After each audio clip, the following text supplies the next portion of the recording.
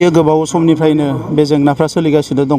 दा बेनिखायनो ट्राइबेल संघ बा ट्राइबेलनि आफादफ्रा गोबाव बोसोर सोमावसारदों हा हुनि जेंनाखौ जेरैखि जाया बोस्रांनांगौ होननानै।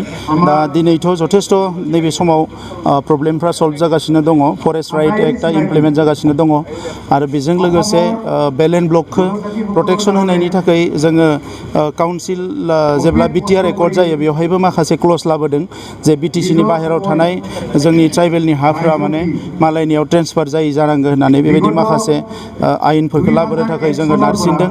दा आं सानो जे थांनाय समाव जिखिनि जालांबाय गोदान बेबायदि जानाय नंला आरो आसाम सरकाराबो ट्राइबेलनि जि लेन्ड प्रटेक्सन बिनि थाखाय माखासे इनिसिएटिभ लादों आरो ट्राइबेलफ्रा गोसो जायोबा माने जायखिजाया जायगायावनो गोबां हा बायनो हानाय बा माबानो हानाय प्रटेक्सन होनो हानाय बेबायदि बेबस्थाफोरखौ खालामदों। मानसिया सिखावै माखासे खामानि मावो सिगांनिफ्रायनो बेफोरखौ एक्सन लानाय जागोन।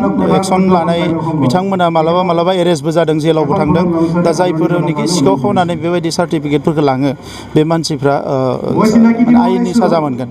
गेजेरजों मोनोब्लाबो बेवहाय माखासे सिस्टेम थागोन आरो जेला अनलाइनजों होगोन बै समाव सोरबाफोर जुदि बेबायदि डुप्लिकेसि खालामनो नागिरोब्ला बिनि सायाव निस्सय एक्सन लानो हानाय मोनसे बेबस्थाखौ बेवहाय खालामनाय जागोन। दा नंखायनो आजिखालिथ' डिजिटेलनि जुग, गासैबो अनलाइनानो जागोन लासै लासैनो।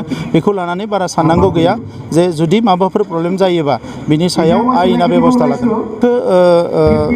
बिटिसि एकर्डआवबो दङमोन, बिटिआर एकर्डआवबो दङमोन। जोङो भारत सरकार आरो आसाम सरकार जों बेखौ लानानै जों सावरायबाय थादों। आङो मिजिं थिदों खम समनि गेजेरावनो कार्बि आंलंनि जेंनाया बोस्रांजागोन।